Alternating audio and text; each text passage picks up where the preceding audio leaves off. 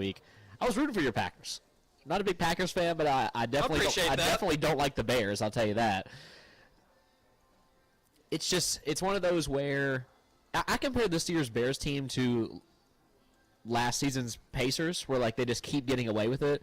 And I'm a Pacers fan, so I loved it, but I definitely would see all the other NBA fan bases out there be like, when does this end? You know, like they can't keep doing this. They keep, but Caleb Wilson and the Bears, 7 comeback wins this year. I think all of them are under the 2-minute mark.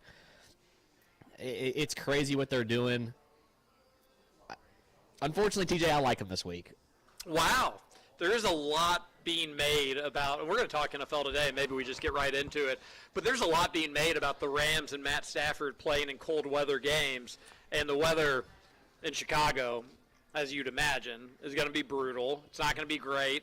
Matt Stafford has a horrible record in cold weather games. I think maybe he's only won one outdoor game in late December or January. I'll get that stat pulled up here in just a moment.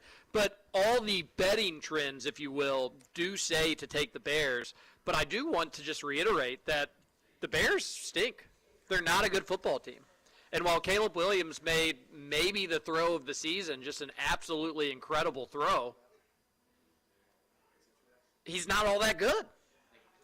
And I don't think the Rams are going to give the Bears the benefit of the doubt, of which was Matt LaFleur. There is no Matt LaFleur coaching the Rams.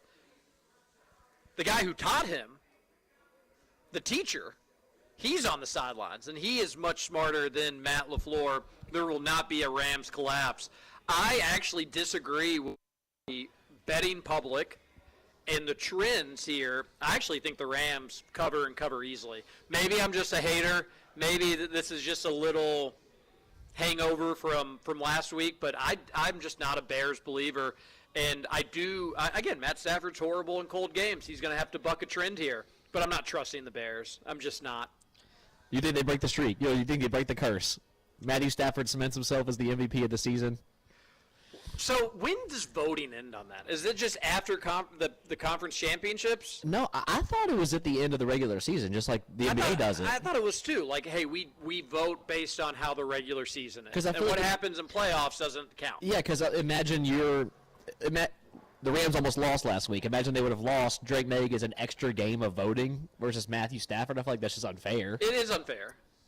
And like, you can make a case, though, if we're voting on the most valuable player in the league, we should take into consideration playoffs and not let it be end-all, be-all. But I think it should go strictly off regular season, and I would give it to Drake May. And I feel like I'm in the minority. I'm not just saying that because you're a Patriots fan, Matthew Childress, but I think he's just had the best year. I think he's been the most valuable player in the NFL. You take him off the Patriots, I still think the Patriots' defense is solid. They're a decent team. But I don't think that they win the division. I don't know if they're totally in the playoffs. Maybe they're competing for that last seed potentially. But Drake May, he was the leading fantasy quarterback for the majority of the season. And maybe he finished on top or maybe he finished in second.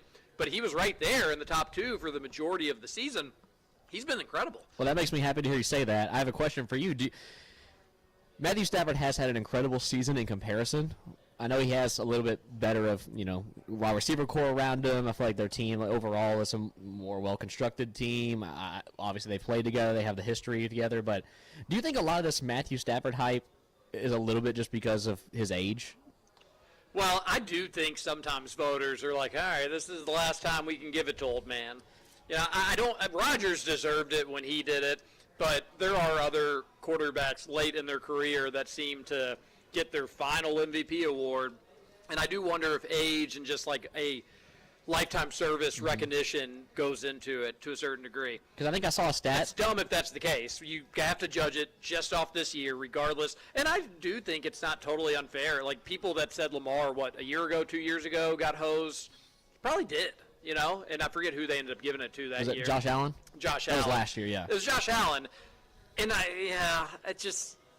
Lamar's numbers were just mostly better. They were just mostly better. And I'm no Lamar fan. People know that. But there's much more in the MVP voting than just like, who's the best player. It comes down to, at least in that situation, it reminded me of Jokic and like LeBron when he was on the Heat, where it's like, this is the guy who is the best player in the league. He even has he has the stats to back it up. It's not just an eye test, but it's like, are we really going to give the same guy the award over and over and over again? Even if Lamar would have been just 2 in a row, but like LeBron could have got 2 or 3 in a row. Jokic would have had would have 3 in a row. That was always a big Nick Roush take. Is that like, well, you can't give it to him every year. You can. I was like, you totally can. He's the best player in the league. Is he the best player? Is he the most valuable player? You do have to give it to him. I get the argument of it is the most valuable player in the league, and sometimes the best player in the league isn't the most valuable on their team. Like whenever Steph Curry won it, he had Kevin Durant, he had Draymond Green. He's still the best player on the team, but you had all these great pieces around him, and he still won it. Whereas in other situations, LeBron James, Dwayne Wade, Chris Bosh, Ray Allen, all great, all-star players, all NBA players. In Jokic's defense, the dude I think they had a stat where their plus minus without him on the floor was in like the hundreds. So it's like this dude is not only the best player in the league, but also the most valuable player in the league, and he still doesn't win it. Yeah. I don't know how we got into NBA talk. But well, no, it's a fair point, though, that just sometimes voters don't do what they're supposed to be doing. Totally agree that that's an issue. I think Drake May should be the MVP. But since we're on the NFL playoffs and we are live at Bootleg Barbecue Kentucky Roll Call Friday edition of the show, get your text into the Game Day Men's Health text line 502-414-1450. We may as well keep on the NFL playoff discussion. Broncos, Bills, that one is that gets us started tomorrow at 4:30, and then we will head on over to the NFC, Seahawks 49ers, Saturday night, 8 o'clock. Sunday, it's going to feel weird when it's 1 o'clock on Sunday, producer Matt, and there's no games. First time since when on Sunday that there's, I guess August, right? First time since August 25 that on Sunday at 1 o'clock there's not going to be any games. We have to wait till 3, all right? 2 extra hours, everybody. We can do it. Why are they doing that? They like the 3 and 6 o'clock. 3 and 6:30 on Sunday. Better TV slots. I guess that makes sense. It's not 10 a.m. for the West Coast for that first game. So that's why they do it. It sucks for us, but that's all right. It does make like the back half of your Sunday. My men's league is off this Sunday, so it's just going to be nothing but football for me, and I'm pumped about that. But you will get the second game on Sunday being Bears-Rams at Soldier Field to close things out. So let's go ahead and talk about them. As we get started tomorrow, Saturday edition, Broncos-Bills in Denver, the number 1 seed. Everybody's made a big deal, producer Matt, that Josh Allen, you don't have Patrick Mahomes, you don't have Joe Burrow, you don't have Lamar Jackson in these playoffs this year. If you can't get it done this year, you may never be able to get it done. Now you got to go on the road, though, in what I consider one of the toughest places to win in the NFL. I know people push back on that just because historically maybe the Broncos haven't been as good as others. But winning at Mile High, it's cold. You're a mile high, as they say, and you're outdoors because it's cold. Their crowds are pretty good. It's loud. I do think it's legitimately probably a top 3 toughest place to play in the NFL. I think the Broncos take care of business. I think this line is not enough. I'm right there with you. I think the Broncos take care of business too.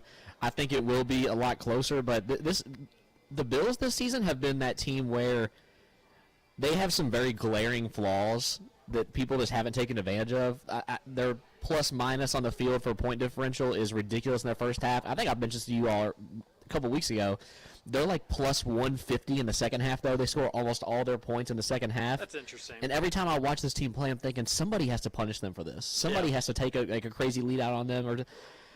I think this is an environment where you can really take advantage of that. You could really get into them early. I think Bo Nix has played extremely well towards this end of the season. I think Broncos are only getting better.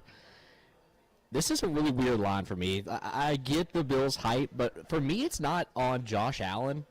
It's on Coach McDermott. I was going to say, I'm glad you brought that up because at the end of the day, I think I'm just taking Sean Payton over McDermott. Mm-hmm. Sean Payton, people forget, like he was kind of ridiculed and people kind of laughed at him for this, that, or the other. Even taking the Broncos job, some people thought that was a poor decision. Broncos are the number 1 seed in the AFC all of a sudden. Quietly, the number 1 seed in the AFC. Quietly, they have one of the better rosters in the NFL. It's just not with the star power that most people are familiar with. And I think that is a huge testament to Sean Payton and the job that, I mean, New Orleans was a joke of a franchise before he took over. The Broncos were falling on hard. I mean, they won a Super Bowl with Peyton Manning not too terribly long ago. But since then, they weren't covered in glory. So at the end of the day, I do. That's what I think it kind of comes down to is I'm going to take Peyton over Sean McDermott. I'm right there as well. I can't – I'm a Patriots fan. It's the same division. I get it. Everything I say, I'm going to say biased technically, but I don't think – Yeah, with me taking the Rams over the Bears, right? Very similar, sure. Yeah. But we've seen year in and year out Josh Allen have teams that, you think going into the season, wow, what team can beat this team? They're so good offensively. They've bolstered their defense in years past, but he can never get it done. He can never get it. They always choke. This was his first ever road win in the playoffs.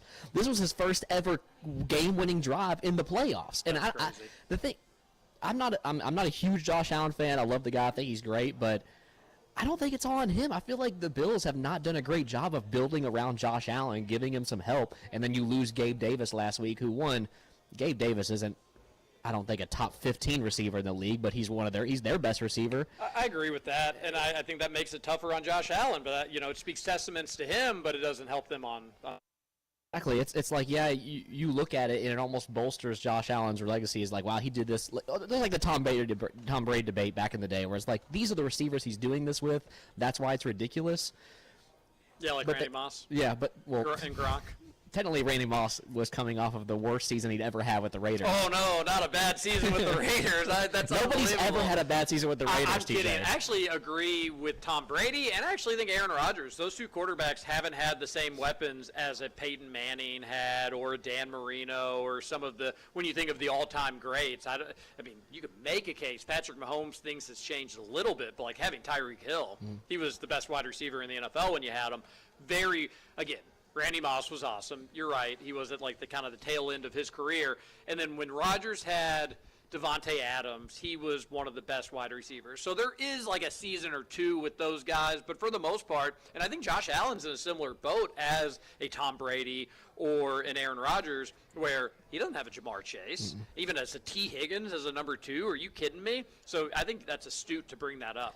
Stephon Diggs has been Josh Allen's best wide receiver probably in his career. And I mean, he's great. Like I think that he'll inevitably he has the talent to become a Hall of Fame wide receiver at some point. But at the same time, it was almost like you were this close to making the Super Bowl. You were this close to achieving the goals you wanted, but they never added any pieces. They just kept bringing the same team back every single year. And then you lose Stephon Diggs. You bring in James Cook, who ends up being the best running back in the league this season, which is great. But you don't.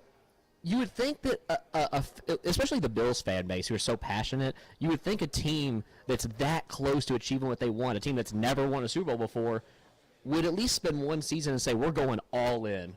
How many, just like Lamar Jackson, how many years does Josh Allen really have left playing at this level? And they just don't invest. Yeah, it's fair. It's a totally fair question, and Green Bay fans would just go ballistic saying similar things about Aaron Rodgers. You drafted a quarterback in the first round, and he's in his peak. What are you doing? Help him out. Green Bay fans wanted wide receivers, and it was a big deal when they drafted Matthew Golden. Obviously, Aaron Rodgers was long gone at that point, but it was a big deal when they did that. Sometimes it's like it's tough because franchises never want to be complete and total booty cheeks. You don't want like a 2 or 3 year stretch where you're the laughing stock of the NFL. So if you don't give away a bunch of your future, they feel like we will always be competitive. And that's been Green Bay's MO is, all right, we like what we've got. We've got a generational talent at quarterback. That's good enough. Let's make sure that we don't sell our future for the present. Maybe he can win with where we're at. I couldn't disagree more with that, and I agree with you where it's you got a generational talent quarterback. Win 3 Super Bowls in a row, and then if you're bad for 4 or 5 years, deal with that, and you'll figure that out. I don't think anybody's going to complain with that. Again, and it killed me with Rodgers, and I was never one that was like, oh, no, a rookie wide receiver will get us over the hump. But let's keep him happy. Like, not necessarily maybe a rookie wide receiver, but let's trade in a veteran dude. Yeah, you may only get for a couple of years, and Green Bay just never did it, and I don't think that the Bills are doing it right now. And I think that they're going to lose on Saturday, and then they'll be right back in the similar spot where it says, all right, well, we feel like we like our chances in the AFC, but now it's a clean slate for Mahomes, although coming back from injury. It'll be a clean slate for Lamar. It'll be a clean slate for Joey Biscuits. And then now the Patriots and Drake May aren't going anywhere. The Broncos and Bo Nix aren't going anywhere. My buddy Brandon Meredith, who was just an incredible head coach for Fern Creek High School football, he was out here today. He's showing his Tennessee stuff. Balls are going down tomorrow, Brandon. Otega Owe, 54 points. Actually 55. He'll beat Jody Meeks total. Yeah, be well. I don't think that's actually going to happen, unfortunately. But it'd be very cool if it did. He's a good guy. There's plenty of folks out here at Bootleg Barbecue on Bardstown Road. Come out, say hello. We've got an order of sticky wings waiting for us as soon as we take a commercial break, which I would prefer to be right now, but we need to continue this NFL conversation. So I do like the Broncos. And then on Saturday night should be the Packers heading to Seattle. Instead, they blow it against the Chicago Bears, and it's going to be San Francisco that gets the trip to Seattle. We just saw this game not too long ago, and they were playing for everything. It wasn't just a meaningless game for one of the teams, and Seattle just took care of business. So, Producer Matt, why will they not do that again? Why will it not be a repeat of what we saw, 2 weeks ago? It's really hard for me to argue why it wouldn't, especially with George Kittle being done for the season now.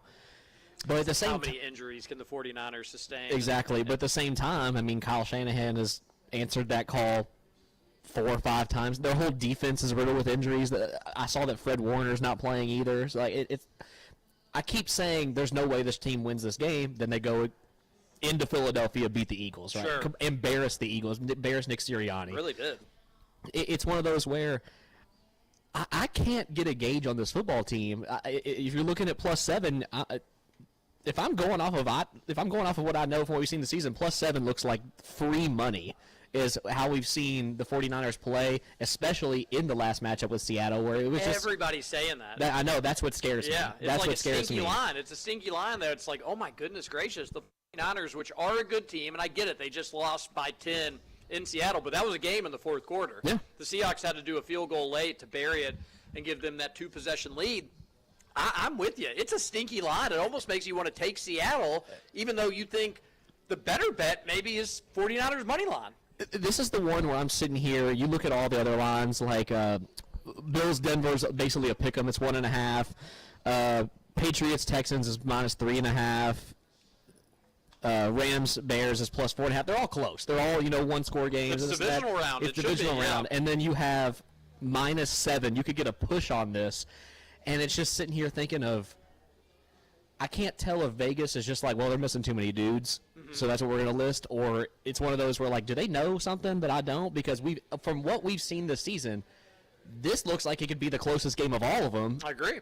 So this is one where if I'm betting, I'm not even touching this game. And if I mention how much I like the Broncos' home field advantage, I would say Seattle's number 1 in the NFL, and that's coming from a Packers fan. I don't think Lambeau has the same punch that Seattle does. Now I'd put Lambeau at number 2, Denver number 3. Seattle number 1, but Seattle's number 1. So while I think the 49ers may just go out and win this game, Producer Matt, I'm probably going to just take Seattle to cover the 7 because the public is all on the 49ers. Everybody, let's see, the spread, 75% of the bets on the -7 or +7 are coming in on the Niners. 75% of the public thinks that 73. I read it wrong. 73% of the public thinks that, or is betting San Francisco +7. And 50-50 of the bets. Okay, that's also wrong. It's 45 are in on the 49ers for the money line. So, again, if you're betting money line, whether it's the Seahawks -340, which a lot of people will just throw into parlays and just say, all right, the Seahawks I don't care about how much you win, just win. So people throw that in just as like a tail and add-on to their parlays. It's almost 50-50 on people just saying, no, I think the 49ers win outright. So if you follow the stink, which is a gambling advice standpoint of Kentucky Roll Call, you need to just take the Seahawks to cover 7 points and maybe win this one comfortably, which I agree with you. It doesn't seem like that's going to happen.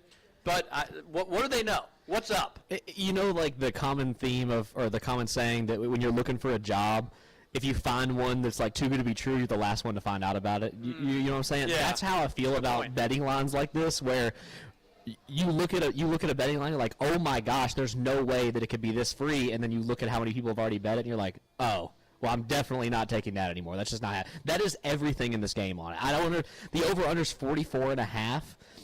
I know that the 49ers have one of the better offenses in the league, but I mean, we saw what happened in Seattle. That was probably the most sleepiest game of football I've watched this season.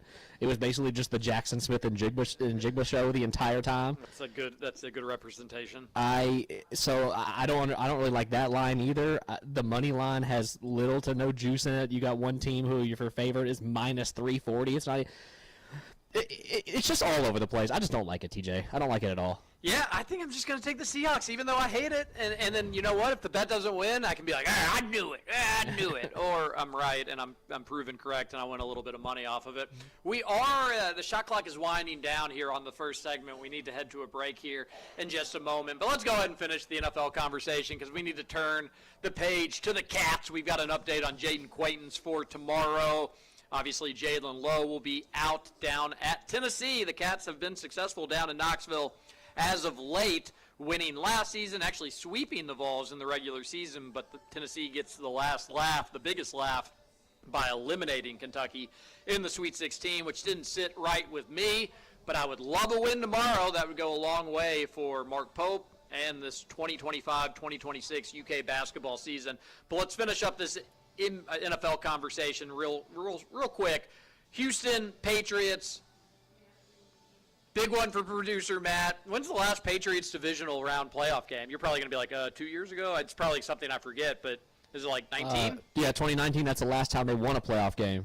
But that was also their Super Bowl year. Yeah. So Tom Brady was on roster. They won, 2019. So pre-pandemic, which sometimes I'm like, pre-pandemic, that's not that long ago. But you think about it, we're on 6 years. Like, it's 2020. It's a long time ago. 2019, the last time the Patriots won a playoff game. Except for last week, I guess. They are giving 3 against Houston. The Texans' offense wasn't overly inspiring in Pittsburgh last week, but the defense looked like one of the best in the NFL. How are you feeling about it as a Patriots fan? What would the bet be on New England giving 3 points at home? Playoff Foxborough is incredible, too. While I'm shouting out all these other places, I don't know if it has the home field advantage that the other places have. I mean, it does. I mean, it has a great home field advantage. I'd put it in the top 10, undoubtedly. Top 5, it's probably right there. I would give it maybe 6 or 7. I think the Superdome needs to be in there as well. The Foxborough is. I agree with you. I'll put it at 6 or 7. Just the fact, for me, it's the aesthetic of going to the game that makes it like kind of annoying for away fans. It's an hour outside of Boston. It is. You basically have to either take a train there. Well said. Which I've done before, which was a really cool experience, or you have to drive so far. The drive is beautiful. I've been to a Patriots game at Foxborough. We went to a Sunday night game against the Broncos, like in 06 or 07, and I was just like, this is. I would really love cool to make that drive, but every week, yeah, it's different. It's a different setup. One of the coolest experiences of my life. We went for. I told you in Peak this the other day. We went for New Year's and they played the Dolphins on New Year's Eve.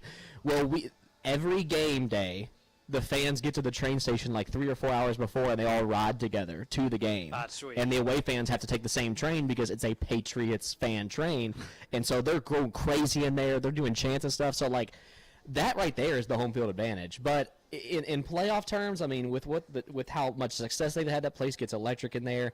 I like the Patriots to cover this. If they can play even similarly, like their D-line and their edge rushing group can play similarly to how they played the Chargers and put C.J. Stroud under even just the most little amount of pressure, I think Drake May is good enough to handle the Houston pass rush. The sicky wings are getting to them. My mouth is watering over here. We're chomping at the bit. We're so close. I hear you. Drake May is certainly. Drake May's. I'm a huge. I loved it when the Patriots drafted him. People kind of pooped on that draft pick, and I was like, you want. I was one of them. I'll be honest. Did you really? I was one. I wanted Jaden Daniels more than anything in the planet. Well, it's also Jaden Daniels has been good too. It's not like you were wrong necessarily to want Jaden Daniels. I was more frustrated because we put out Jared Milton on the field, let him torch their last game of the season. If we just lose, we get the number 1 pick, and then we drop to 4. Now, I'm glad we did in hindsight, but I actually thought, wow, Jared Mayo's going to get fired and ruin our next season for us. I love Drake May at UNC. I was like, this guy's going to be a good NFL quarterback. You know who I wasn't correct about, like Bo Nix being the quarterback that he is. No, hope Will Stein's not listening, but he has been a much bigger surprise to me than Drake May. You're not wrong to say that. I am hook, line, and sinker in on the Texans defense. I think it's maybe one of the best defenses we've seen in the NFL in the last 10 years. What they did to Pittsburgh's offensive line, they didn't even have to rush a fifth dude. They just, hey, we'll just do our normal guys, and we will. And I think and this will be a difference maker on Sunday. I think part of that is Rodgers couldn't move 2 feet outside the pocket. I mean, he just couldn't. He can't run. He's so old. Drake May is running an advantage. I would almost take Drake May rushing totals just because I think the Texans are going to say our front four can get it done and will make him scramble. And I think the Patriots will make him pay a time or two. It's a tough spot, though. I think this Texans defense is incredible. I like the Texans' money line. I hate it. My dad's a big Patriots fan for what it's worth. I won't be sad. I'll be happy for you. I'll be happy for my father if the Patriots win and cover. But I think the Texans, I think that's the upset of the weekend. The Texans win in Foxborough and go to their first ever AFC Championship game. This game does scare me. I'm confident, but it does scare me. The Texans won last week against the Steelers, and C.J. Stroud turned the ball over 4 times. Yeah, and they still blew them out. It wasn't even close. It was a good game in the fourth quarter, but then it was just curtains. It was curtains. The only reason the Steelers were in that game was because of C.J. Stroud, which give that up to the Steelers defense. They did a great job making them uncomfortable. That's why I believe if you can even put on a similar game just like you did against Justin Herbert, I just don't think – I think that the Patriots' defense is good enough to not allow a 4-turnover Drake May to win the – you know what I mean? Or 4-turnover C.J. Stroud, I should say, to win the game. That makes total sense. It's something to keep an eye on. And then our last game, and we do need to go to a break here, so maybe we'll be brief about it, but I think I've already pretty much touched on it. I think the Rams roll. I'm against you on this one. I think Chicago takes this one. Yeah, I know a lot of people are on the Bears. Again, the Matthew Stafford. I pulled up that stat. He is 1-9 in cold games being under 40 degrees. So rain, snow, windy conditions, that's cold not even weather. cold for Chicago. I know, exactly. That's like you could have a 38-degree weather game, but it's going to be much colder than that in Chicago. And the numbers say to not take Matthew Stafford. I'm taking them. I just am not a Bears believer. Maybe I'm just a disgruntled Packers fan. But right now, the Rams giving 3.5, which is a lot of points for what it's worth. Like, you're telling me the Bears are at home. They're used to this type of weather. They're used to this type of game, and we can get a field goal in the hook. They're giving them 4.5 on DraftKings. Oh, really? I got 3.5. Oh, this website must not be updated then. But that being said, it is a lot of points. I don't really have a play necessarily on the spread there. I just say at the end of the day, the Rams win. I did say that they win easily. Who knows? I thought the Packers were going to win easily. I hoped that the Packers were going to win easily. It looked like the Packers were going to win easily. So maybe the Bears end up doing a backdoor cover late. But I do like the Rams, and if you put my feet to the fire, I'd say they will cover Rams by 7. We're going to end our first segment here. We're long overdue behind the chains on our first break. We've got Roman Kelly back in the studio. This is Kentucky Roll Call on Big X Sports Radio. We're happy to be out at Bootleg Barbecue, and we're going to dive into some sticky wings and come back and give you an update on the Kentucky Wildcats taking on Tennessee tomorrow in Knoxville. We have a Jaden Quaintance update for you. We'll get to that here in just a moment. This is RC on the Big X. Don't think twice, it's all right.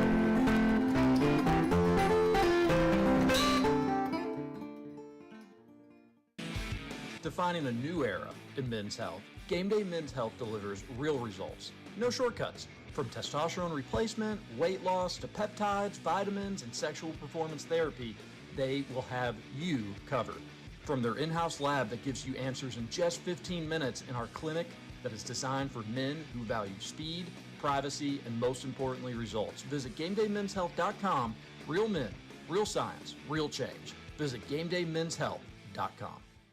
Experience Ivy Tech from the comfort of your own home. Check out Ivy Experience, an all-in-one platform that allows you to explore our beautiful campus, diverse programs, and helpful resources. You can visit experiencesellersburg.ivytech.edu to start your experience and apply for free today.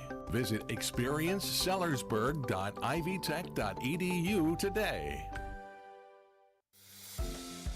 As more club and travel sports pop up every year, they often muddy the waters on what the purpose of sports should be for student athletes at this age. But high school sports are different. It's not about becoming the best athletes, it's about becoming the best people. It's not about scholarships, it's about coaches mentoring you, camaraderie with your teammates, and the connection you build with your school community. It's not about year-round training. It's about developing resilience, responsibility, and a strong work ethic for life. It's not about what am I going to get out of this, it's about playing for something bigger than yourself, for your team, your school, and your entire community. High school sports help us grow in ways that will serve us for the rest of our lives, not just in the game. I'm IHSAA Commissioner Paul Neidig. Support what makes education-based athletics different by buying a ticket to your high school's athletic events. This is developing students as people. This is fulfilling a greater purpose. This is your IHSAA. Hey, I love salsaritas. Why? Flame grilled meats, house-made chips, fresh-made salsas for fast takeout, office catering, or your summer celebration. Try salsaritas. Visit them at St. Matthews or in Middletown, or order online for special offers. We know to contact Indiana 811 at least 2 working days before every dig. Contact Indiana 811 and white line before every project. Learn more at 811.safedigindiana.com.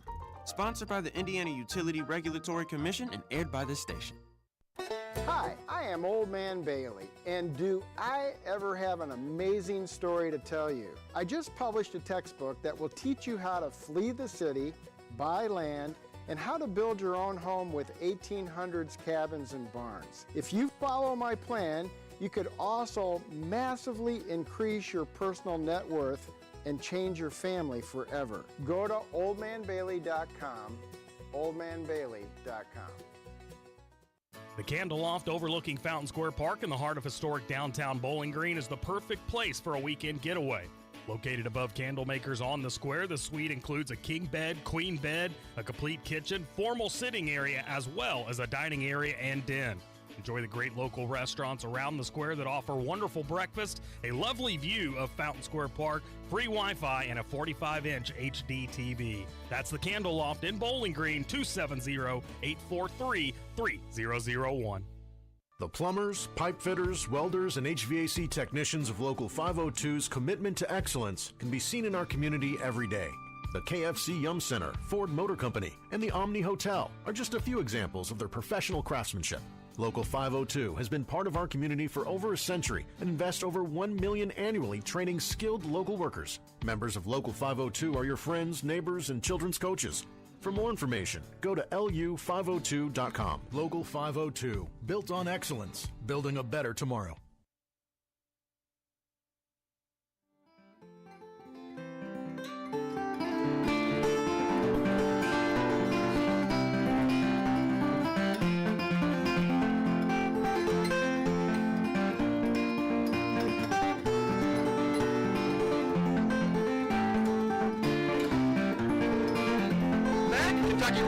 Friday edition of the show, live from Bootleg Barbecue out on Bardstown Road. And that commercial break went by in a blink of an eye for producer Matt Childress and TJ Walker, because we were going to town on some sticky wings. Truly, from the bottom of my heart, try these wings. They are so good. And they're like the thin, again, they're small wings, so you want to get a bunch of them because you can just, I got through, I think, in the break about half of the sticky wings, and if we weren't doing radio, it would just take me another 5 minutes just to crush the other half. They are so good. Bootleg Barbecue out on Bardstown Road near the Bullitt County line. Not too far from Mount Washington, as producer Matt let us know here. It's technically on Old Bardstown Road, but come out, say hello. Big X Sports Radio will be out here all day. And then they've got fries, which are relatively new, I've been told. And they are relatively great. I've loved every bite of them. They're thin, they're crunchy, plenty of salt. I can't believe sometimes when I have fries and I have to question if there's any salt on it. I'm a big salt guy. Well, actually, producer Matt, while we're getting into it, the wife with her eggs, she just does not put salt or pepper on eggs. None? I mean, she says she puts some on there, but I have to get out a magnifying glass to be able to check it out. I'm just like, let's over-season and you can shake, right? Like, if there's too much on it, okay, I'll shake that off and you'll be fine. But, yeah, let's do a little more than having to question. I don't want to do a Rick Bozich grill situation, if you get the reference. You do get the reference. I can't believe in 2026, the year of our Lord, we're not seasoning our eggs.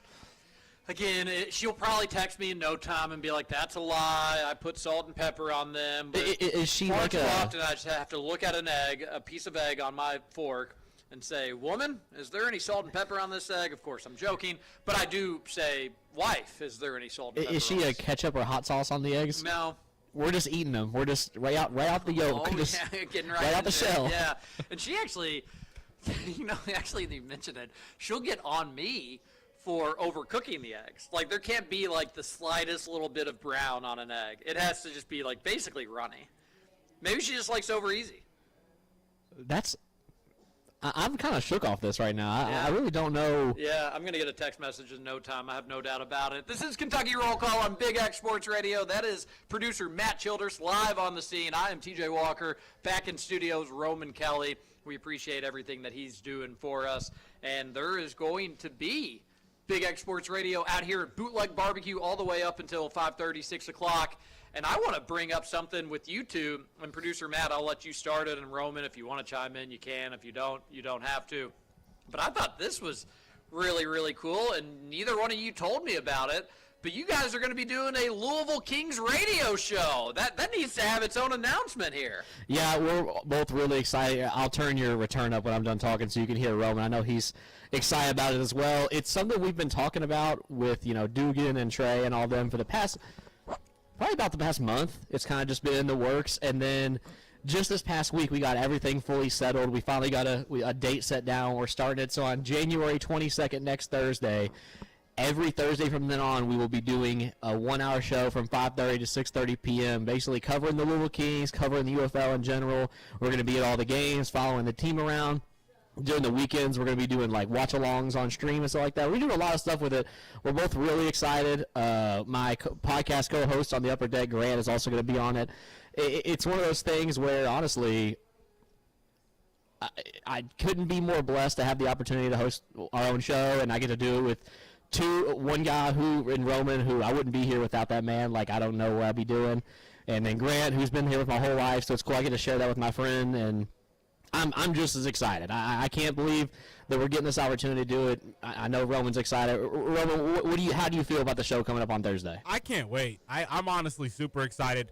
This is going to be a team that's going to consistently have players associated with both Louisville, Kentucky football programs, and just local other nearby places as well. There are going to probably not be very many people doing what we're doing as well. So the fact that we get to the actual field level stuff and get to actually talk to players and do things with the team on game days and be kind of the start of all things Louisville Kings media is pretty cool, I think. Shout out to Dugan, shout out to Trey for allowing Big X to be one of the people doing this. So and we get to be the culprits of it, and that's awesome. I really don't think, I'm so happy for you two, and I'm sure that you all are going to do an amazing job. I don't know how much the general public is overly excited about a UFL team in Louisville, but weirdly enough, I think we're just having mostly fun with it. But, my group of friends, which is a mixture of Cats and Cards fans, we're like, I can't wait to tailgate the first game. When have we all been able to only drive 10 minutes and be able to tailgate for a game with one another and root for the same team? And granted, who cares publicly or nationally about the UFL? But these are people that have either played in the NFL, had NFL contracts, or still trying to get there. To be good enough to potentially play in the NFL. It's football. Do you like football or do you not like football? Do you like quality football or do you not like quality football? So I'm excited to check it out. And Lynn Bowden, who was one of the most electric players in the last 2 decades of Kentucky football, he will be a part of the fold. Benny Snell, who was a starting running back in the NFL for several years for the Pittsburgh Steelers, he will be a part of it. I did have an anonymous source text me and say that they're worried that Benny Snell may look like Jared Lorenzen during his River Monster years, which I thought was incredibly mean. I don't think that Benny Snell will look like that. That being said, I don't think Benny Snell is going to be the leading rusher in the UFL. But you're telling me we can get the Lenny and Benny show at Lenny Fammy? I'm all for that. You get Lenny and Lynn Family Stadium. Do you get it? No laugh. I get the joke. We'll work on it. I can't say I'm the biggest Lynn Bowden fan. I'll be honest with you about that. Well, I don't blame you. But I am a big Des Fitzpatrick fan. So in Des Fitzpatrick, a Cardinal, he'll be a part of it. He got drafted. I think he was played in the NFL. I could be wrong about that. Yeah, I think he also played for the Steelers. Okay, well, look at that. There's a couple Steelers rejects here on the Louisville Kings. Here's my concern, and you all are going to do a great job with it, and I can't wait to listen on Thursday. And I'm going to have fun with this because why not? Louisville doesn't get stuff like this all this often, so we may as well enjoy it. I can't wait to hear you all talk about it. How do I know you all won't be just ginormous U of L butt slappers like you normally are on the day-to-day?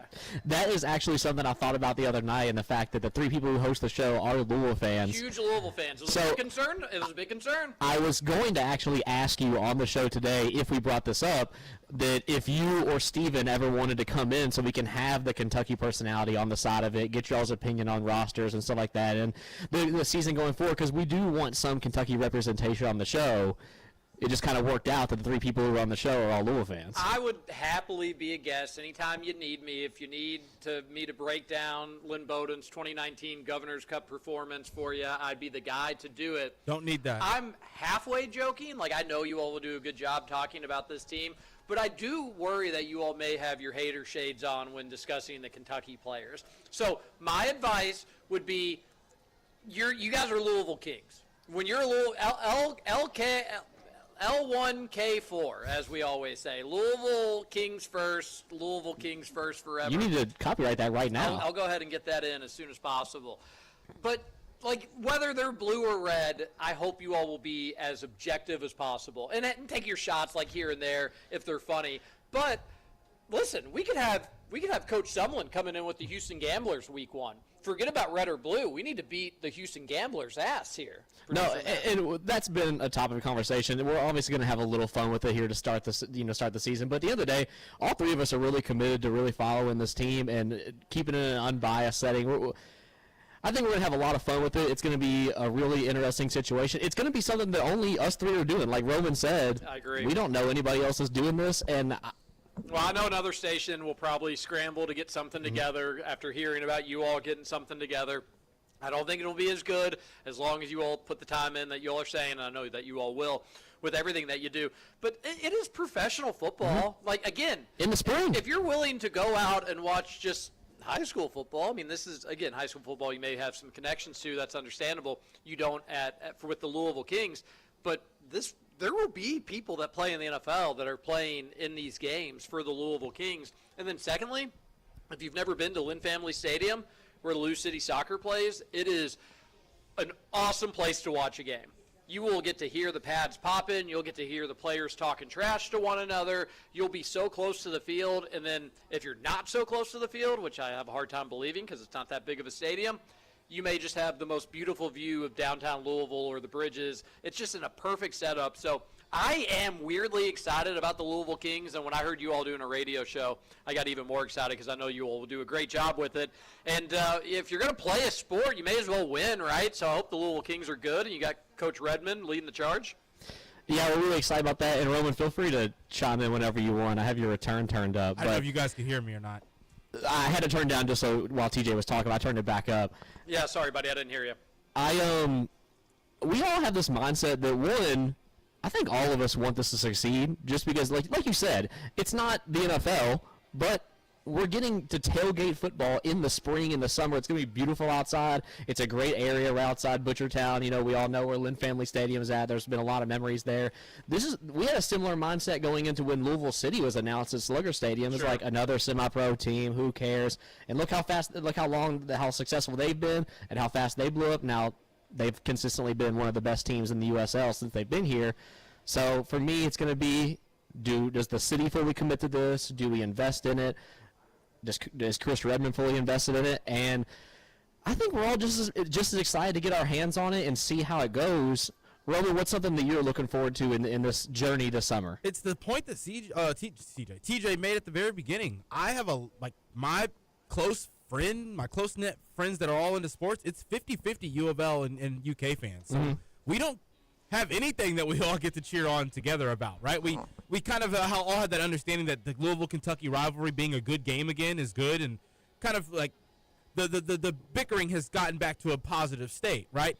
That's still not being under the same umbrella and wanting the same things to happen out there on the field with the same team. We don't have that, and this is an opportunity to have that. So while I'm not going to be making any references to the 2019 Governor's Cup at any points during this show, I will be definitely like accepting of all players, and I'm each player's number one biggest fan. You know, maybe not Lynn Bowden's number one biggest fan, but I'll be in support. Fair enough. I'll be in support of all of these players because at the end of the day, they all need to succeed for themselves. And if the Louisville Kings is going to be something that is continuous and is able to, you know, stack up or like stack up fans and bring something and create something, then it's going to take all of those players doing a good job, and that's what we're going to want to happen. So I'm not going to be hating on anybody. I'm going to take the U of L, you know, hat off every Thursday.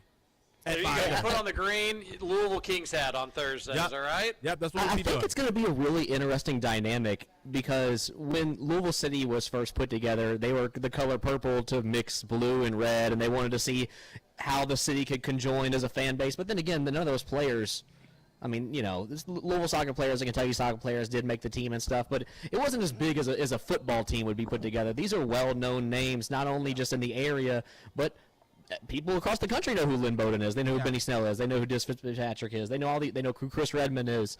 It's going to be interesting to see after the football season is over, going into the spring, having guys that you saw at the Governor's Cup, you were trash talking, you know, throwing the L's down at, all high-fiving, sharing beers and stuff at a tailgate for a similar professional football team with names you've seen in the past on it. I think it's going to be really fun to see how the city pulls together for something like this. I think it'd be really successful. I hope so. I wonder about really successful because just like, all right, you won the USL or excuse me. See, there I go again. You won the UFL championship. What does that mean for you? But again, do you like sports or do you not like sports? Do you like watching high-level football in your backyard or do you not? They have drafted. I don't know if their team is totally complete. What do we know about Chandler Rogers or Jason Bean? The two quarterbacks? Yes. One of them was from Kansas. I think that's Jason Bean. I forgot where the other one is from. We also drafted, I forgot. Chandler Rogers is from California. You know what? That's where Mendoza was. So he crawled so Mendoza could win the Heisman and take IU 16-0. He did. And Chandler Rogers, you know, had to leave the team so Sacapulitella he can tear up the ACC apparently. But we're going to go into some of that stuff on Thursday. We're going to go deep into the roster construction, see some teams, see some names that probably some fans know. It's going to be fun, and we're really excited for it.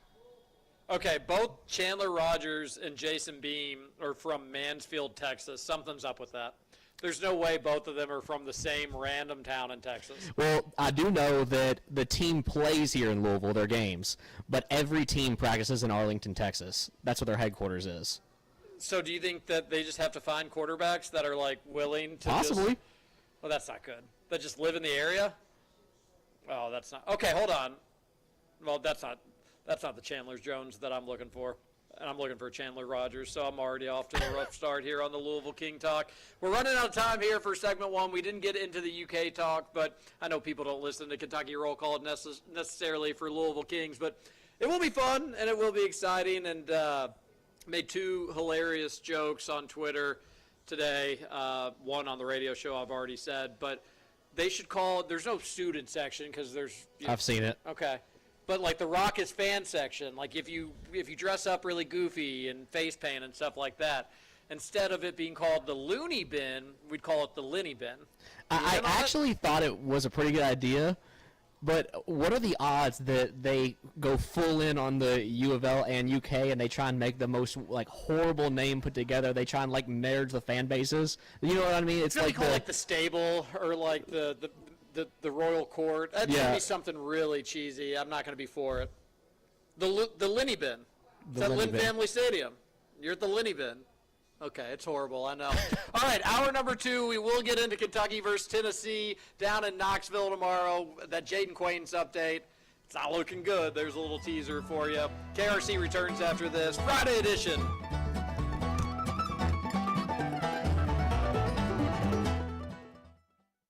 This is Kentuckiana's only locally owned sports talk, the Big X, AM 1450.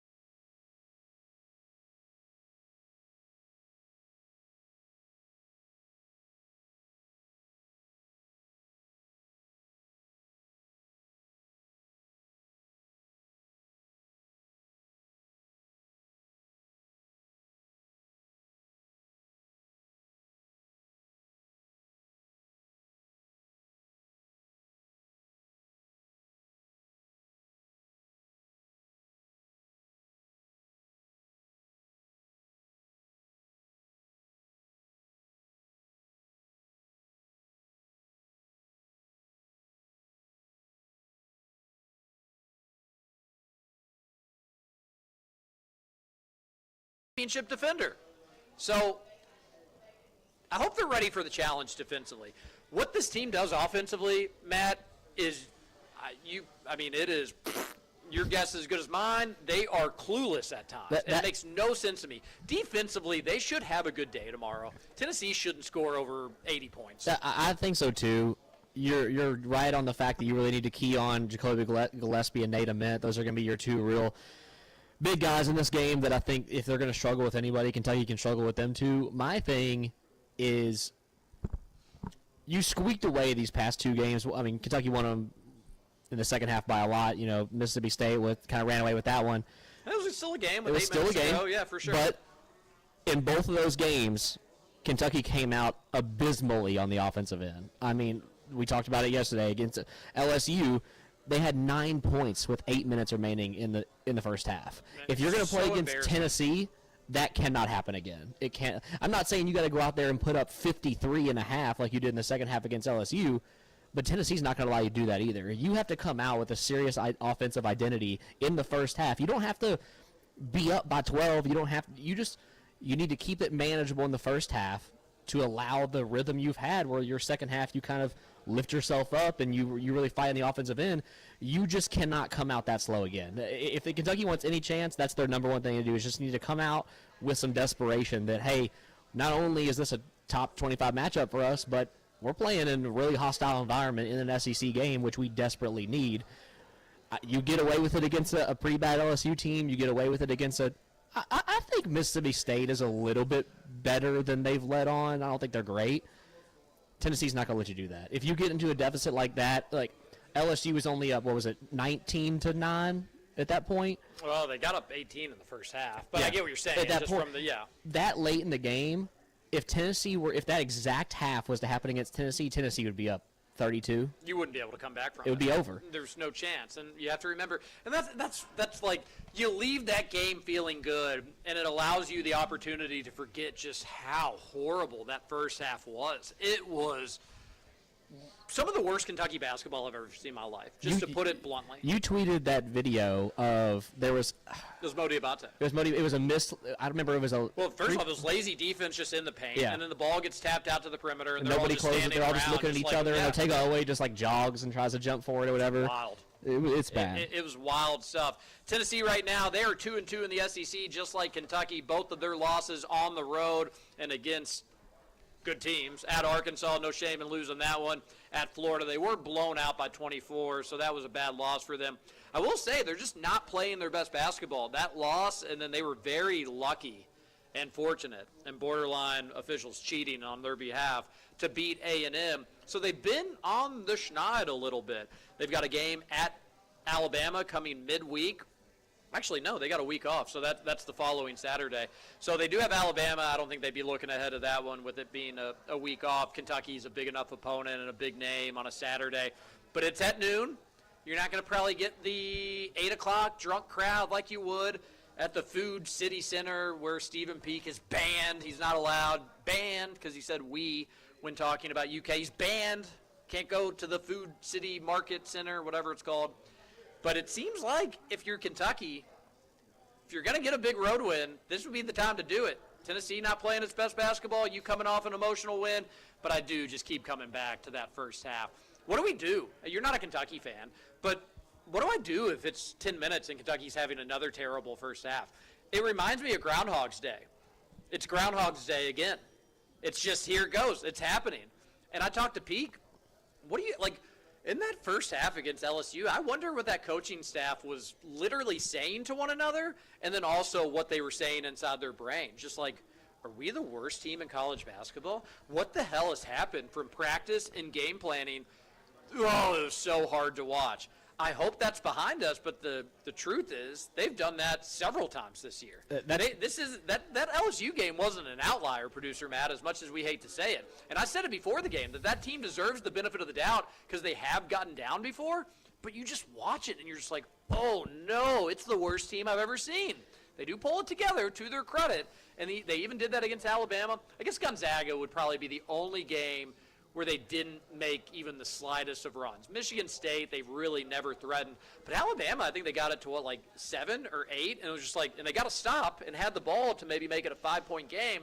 But obviously, they never did. I don't. This is one where I don't think I really need to be a Kentucky fan for this because I see it as a Louisville fan. We struggle with I said we. Sorry, don't ban me. I apologize. You can't go to the next game. Sorry about that. Can't go to Pittsburgh tomorrow. They struggle with this exactly the same. I saw it I've seen it in the Arkansas game. I saw it in the Tennessee game. I saw it in the Duke game, the Boston College game, the Virginia game. Every single time they play a matchup where the team is going to want to punch you in the mouth.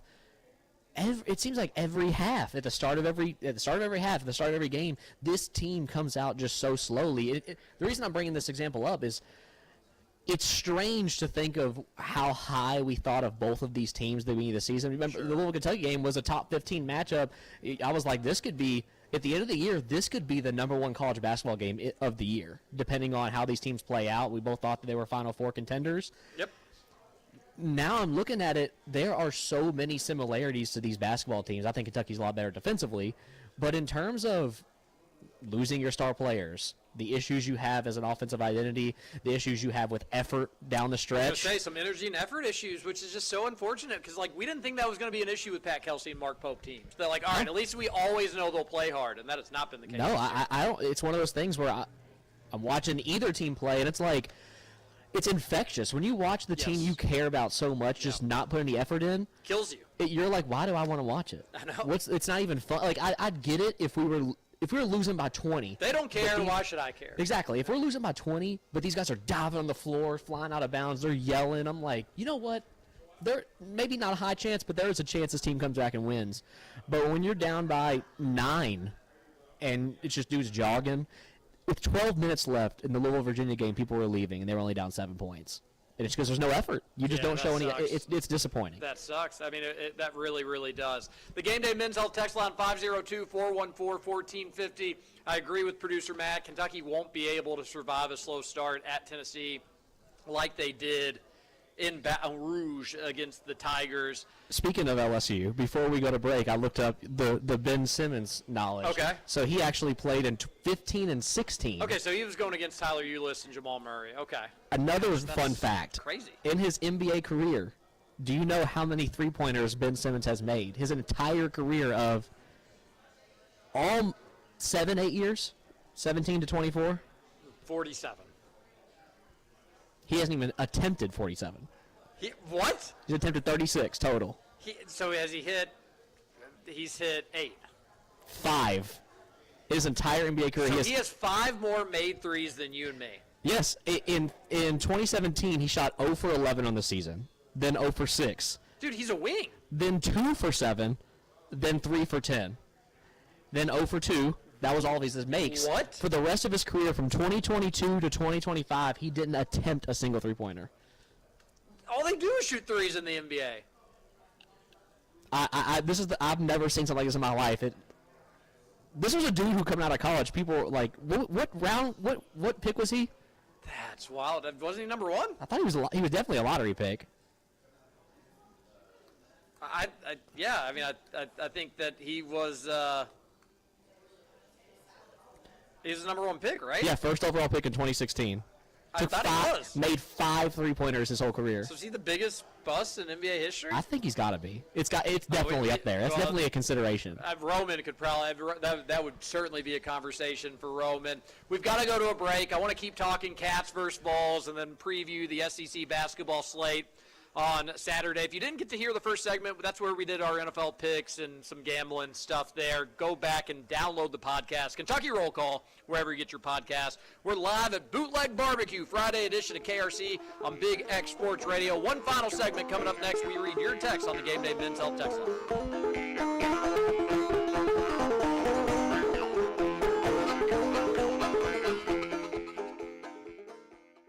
Thinking about about freshening up your paint or epoxy coating your garage or basement? Then Gary Coleman is the man to call. Get $250 off any garage or large epoxy project booked now through January 31st during their new floor sale. Call Gary to give your floor a fresh coat, fill in the cracks, and protect your floors for life. Call Gary at 502-641-9849 to schedule your free quote. If your job's big or small, Gary is the one to call. 502-641-9849. That's 502-641-9849. Honey Baked Ham in New Albany is the perfect spot for a healthy alternative to fast food. They provide a variety of freshly made sandwiches, as well as salads and delicious soups. And you can dine in or take it to go. They also have many dinner options such as ham, turkey, frozen sides, and desserts, which provide a complete meal. Catering is also available for small groups or large gatherings. Call Honey Baked Ham today, 812-941-9426, or visit them, 3602 Northgate Court, Suite 23 in New Albany. The plumbers, pipe fitters, welders, and HVAC technicians of Local 502's commitment to excellence can be seen in our community every day. The KFC Yum Center, Ford Motor Company, and the Omni Hotel are just a few examples of their professional craftsmanship. Local 502 has been part of our community for over a century and invests over $1 million annually training skilled local workers. Members of Local 502 are your friends, neighbors, and children's coaches. For more information, go to lu502.com. Local 502, built on excellence, building a better tomorrow. T.A. Jenkins and T.A. Jenkins Company, LLC, proud sponsor of high school basketball on the Big X. Call Terry Jenkins at 812-989-7381 for your residential and commercial construction needs. Design, build, or remodel, it's T.A. Jenkins Company, LLC, located in New Albany. Email Terry at tajenkinsco.com. That's Ginkins, T.A. Jenkins Company.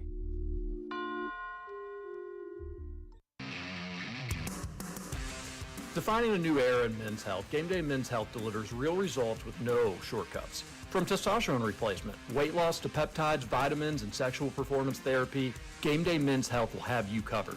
Their in-house lab gives you answers in just 15 minutes, and our clinic is designed for men who value privacy, speed, and results. Visit GamedayMen'sHealth.com. Real men, real science, most importantly, real change. Visit GamedayMen'sHealth.com. Having trouble finding that UK or U of L basketball game on TV? Waldo's Chicken and Beer in Norton Commons has every UK and U of L game this season, even the streaming-only games. $5 appetizers, $6 pitchers of draft beer, and wing specials during all the games. Plus, in-house fun, games, and prizes every night. Come enjoy Norton Commons' favorite sports hangout with 36 TV screens to catch every moment of every game. Waldo's Chicken and Beer in Norton Commons. Get in here. Your game day just got upgraded. Plumbing problem? Don't search, just ask. ASI's AI assistant gives fast answers, upfront pricing, and instant scheduling. Type it, tap it, no matter the task, just ask at asiplumbing.com. There's not a better feeling to have a smile on your face after getting your car serviced. That's how it works at Consolidated Tire and Auto Care. Serving Kentuckiana for over 3 decades, fixing brakes, putting tires on, and servicing your car. And now, from a new and improved location at 3305 Preston Highway. Want to get your car running right and keep it that way? Get to Consolidated Tire and Auto Care, 3305 Preston Highway. Got a question? You can call them at 456-2220. Consolidated Tire and Auto Care, total car care, and the best brake job in town.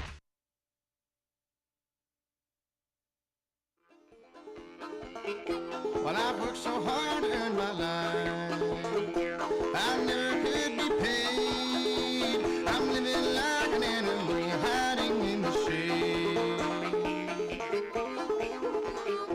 It never should have been so hard. Welcome back, Kentucky Roll Call. One final segment on your Friday, getting you ready for your weekend here on Big X Sports Radio. Get your text into the Game Day Men's Health text line, 502-414-1450.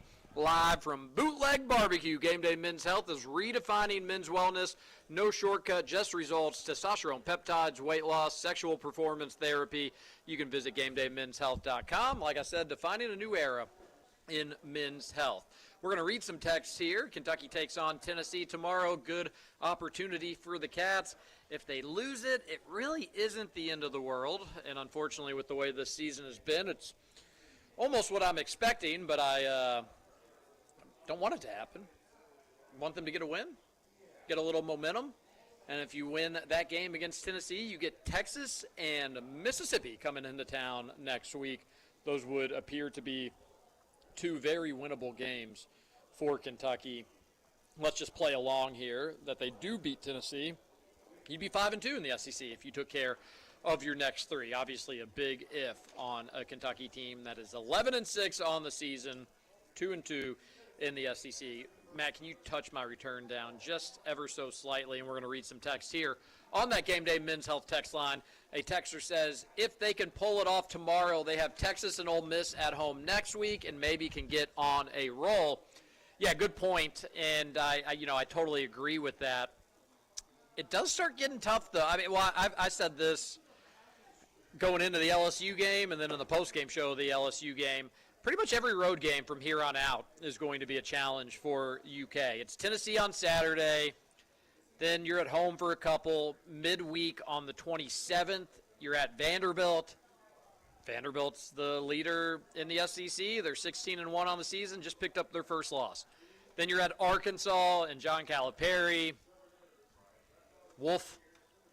A couple home games after that. Then you're at Florida, the defending national champions, on Valentine's Day. That probably will be a bit of a challenge, to say the least. You're at Auburn, which they were able to dismantle. Arkansas at home. They're just a different team at home than they are on the road.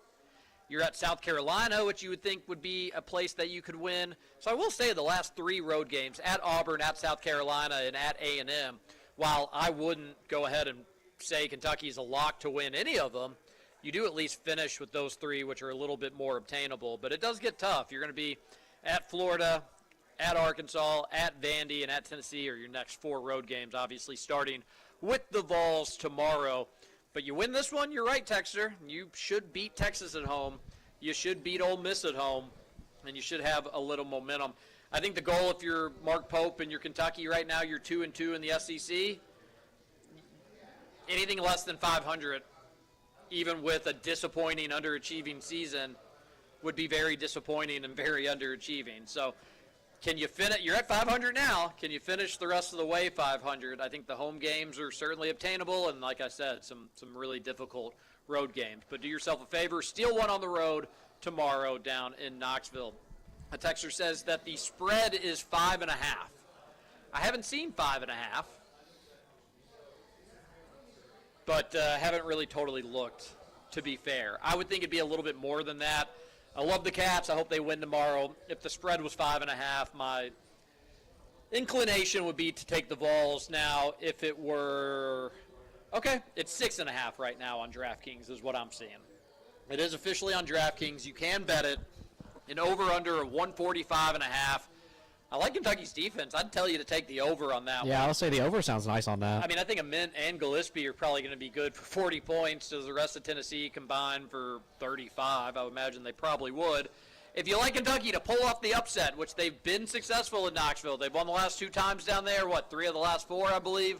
They are plus 235 on the money line. If you think Kentucky can pull off the upset, that means a $100 bet would pay you $335, including your $100, so a $235 profit there. You can also get in just for $33. So if you want, if you're taking the trip to Knoxville, or if you're Stephen Peek and can't get a credential, there you go, pretty cheap. And it's a day trip. I will say this about the Food Mart Center: there are terrible seats. It's a similar setup to the Yum Center and Rupp Arena, where it is just a ginormous arena. So if you're in like the upper of the upper deck, it's not the best view you're ever going to have in your life, but getting in the building and always seeing Kentucky beat Tennessee is a good time. A texter says it's 5.5 on FanDuel. Okay, I'm on DraftKings. I'll take your word for it. So 5.5, I don't know. I'd probably take Tennessee. That being said, at 6.5, I start getting a little. I think Kentucky's going to be in this game.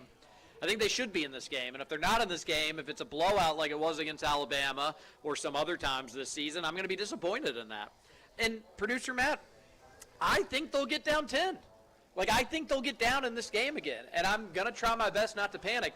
But if it looks as bad as it did in that first half against LSU, it's hard not to panic. It's hard not just to be flustered and frustrated. So hopefully it's not that bad. But I do think the way Tennessee scores and can go on runs, I bet Kentucky finds themselves in a bit of a hole. And I bet you they come out of it, or maybe not totally out of it, but I bet you that they chip away from it and make things interesting. I do envision this game coming down to the wire. Ultimately, I think Tennessee gets a favorable whistle with being the home team, and they get the win.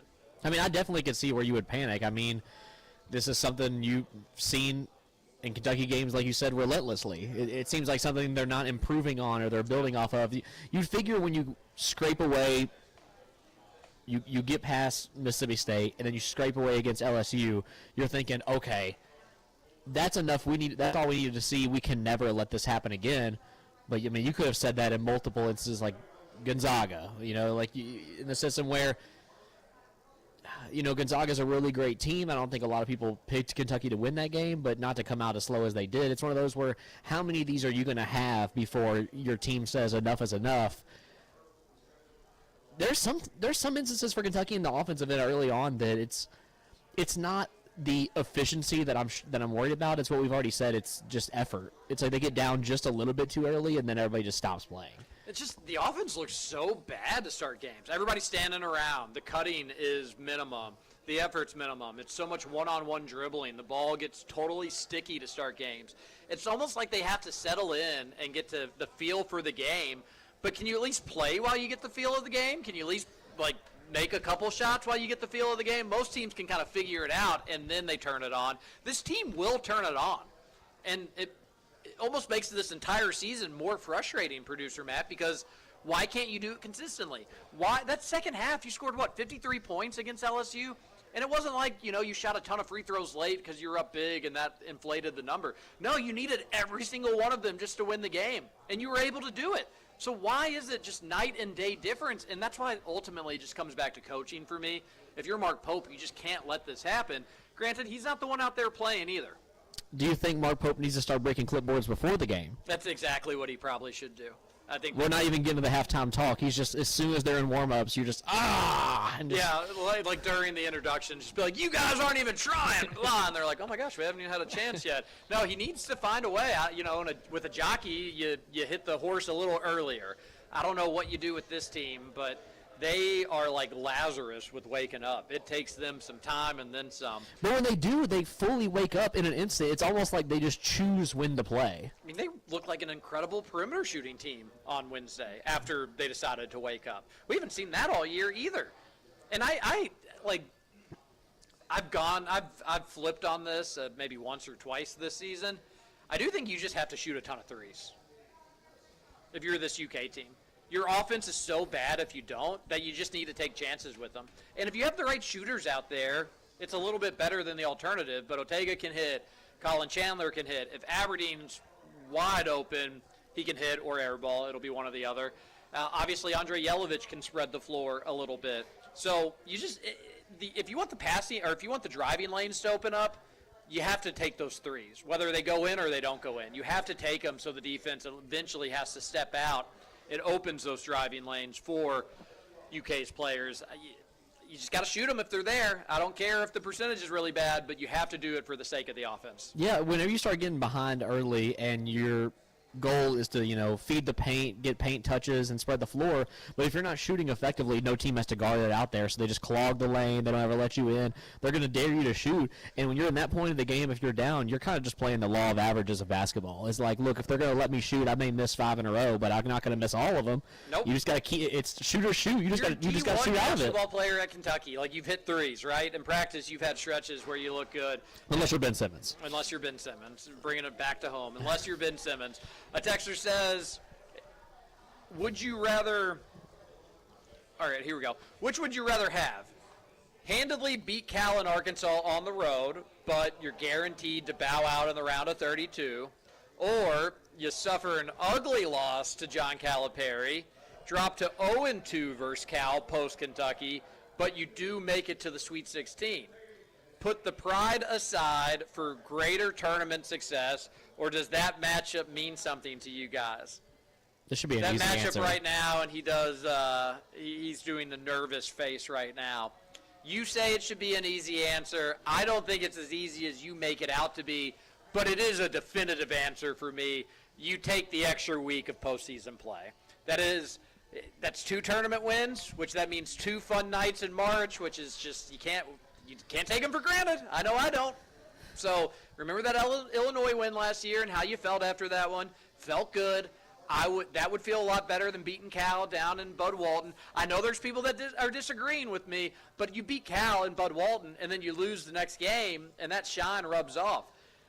You beat a round of 32 opponent and you lose the next game, as your hypothetical suggests. Yes, that shine of the round of 32 win drops off, but you can't take for granted that extra week of dreaming, of anticipating the game. As a Packers fan, it has been hell just knowing I don't think Green Bay was going to win the Super Bowl, but I should be excited for a game tomorrow. I should be looking forward to the Packers playing one more time. I should have been wearing my gear all week and just been hopeful and optimistic.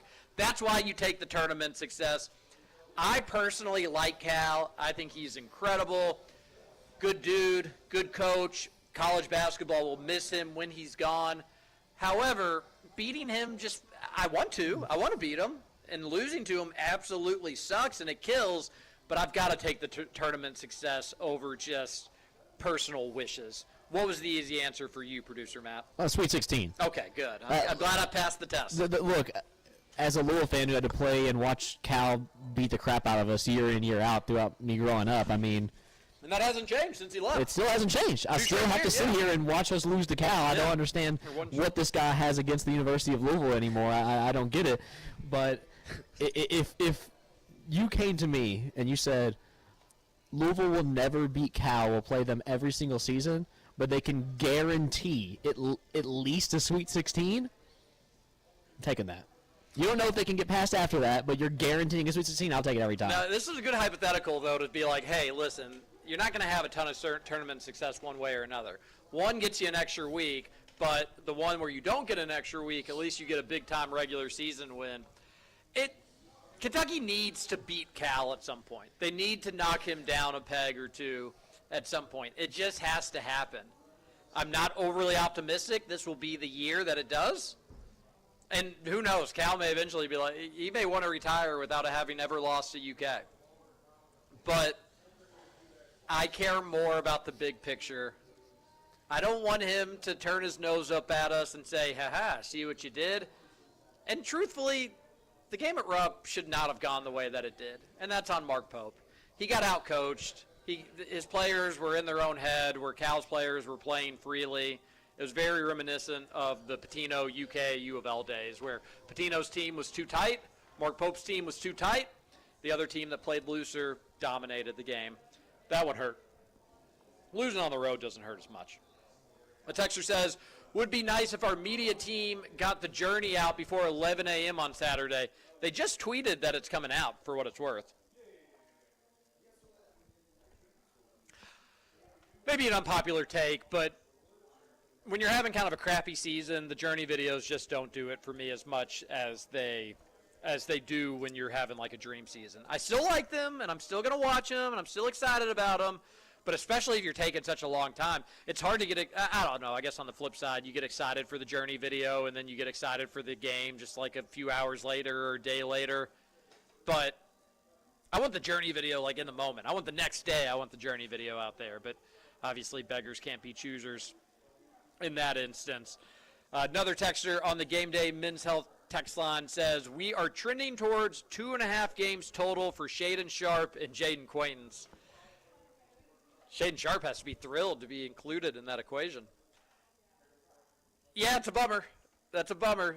And a lot of people scratch their head at bringing in Jaden Quaintance. I mean, they did it with Shaden Sharp too, but you just trusted the coaching staff at that point with what they were telling you for Shaden Sharp. And then we all got scorned. We all learned our lesson. We're not as trustworthy as we were. So we were slightly skeptical about Jaden Quaintance. But once again, everything this coaching staff said he was going to be good. No issues, nothing to worry about. Then you see him, and he instantly impacts that St. John's game. And then shortly after that, it's matchup problems against Bellarmine, which makes no sense. Then he plays against Alabama, and he's not great in that game, but I don't think he's the reason things went so south. Then you don't play him in the finale against the final 10 minutes against Missouri, and you lose that game without your best defensive player getting out there, and then after that, it's all knee swellness. So we'll see where it goes. But, yeah, Kentucky fans, we've been burned with the top 10 talent, whether they're playing or not playing. Another texter says, we play teams that can't shoot, give them wide open threes, and are surprised when they make them. It happened in the Michigan State game. Yeah, I went back and forth with Brandon Ramsey a little bit about that. He kind of alluded to, hey, that LSU game, that first half that they had while UK was down so bad, they were just shooting out of their minds. Not so fast. They were open shots, dude, and they're D1 players. They're going to make them. I don't care if their percentages are absolutely crappy. If you let Brandon Garrison have enough threes, he's probably going to make them. And we won't say, like, oh, my goodness, we've turned a corner. We'll just say, well, he's wide open, and he had to take the shots. I disagreed overall. I think Kentucky's defense in that first half was not – it was better than the offense, but how could it not be better than the offense? They made one field goal in the first 11 minutes. But I don't think the defense was amazing. That being said, they played much better defensively in the second half. Obviously, if you're going to storm back from 18 points, you're going to have to.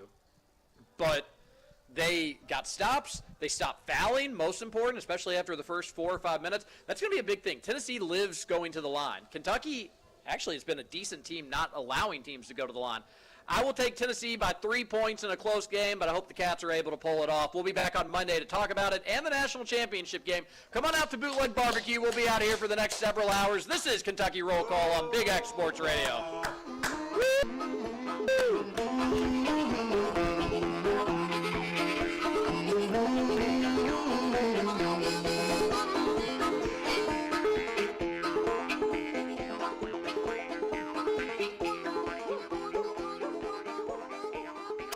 Big X, AM 1450 and 96.1 FM, WXVW Jeffersonville. W230CK Jeffersonville. John Spears for M&M Cartage. You see those trucks riding down the road with the M&M Cartage sign? You could be a driver or work as a mechanic on one of those trucks. For 45 years, M&M Cartage has been a locally family-owned transportation company, and they're currently hiring those drivers and mechanics. To join their team, go online to mmcartage.com to apply. Headquartered in Louisville with locations in Cincinnati, Indianapolis, Morristown, Tennessee, and Detroit. That's mmcartage.com to apply. I'm Kathy Binkeman. Over the holiday, there was an attempted fraud attack. My personal banker, Mary Rose, and I networked together, and the first thing that I thought of was I have to text her. And it was just within the next few minutes, there was an entire team that came together collectively. And that's just not the type of service that you typically get from your bank. That's Kathy's story. Now let's get to work on yours. Republic Bank. Time to thrive. Member FDIC.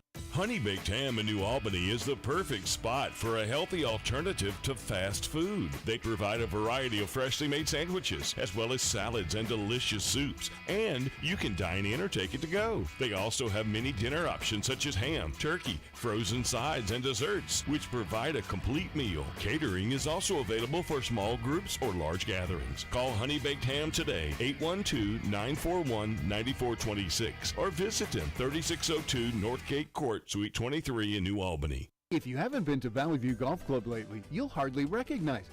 Building off improvements already made with tap-ins at our golf simulators, you can now visit the newly renovated 19th hole and outdoor patio with new furniture and plenty of shade by day and a fire pit after dark. Conditions of the golf course, services, and clubhouse renovations are other areas you'll see improvements. Individual memberships are nearing capacity, and there's new pricing and programming to the new family memberships. Gear up for spring and come see Valley View Golf Club today. The plumbers, pipe fitters, welders, and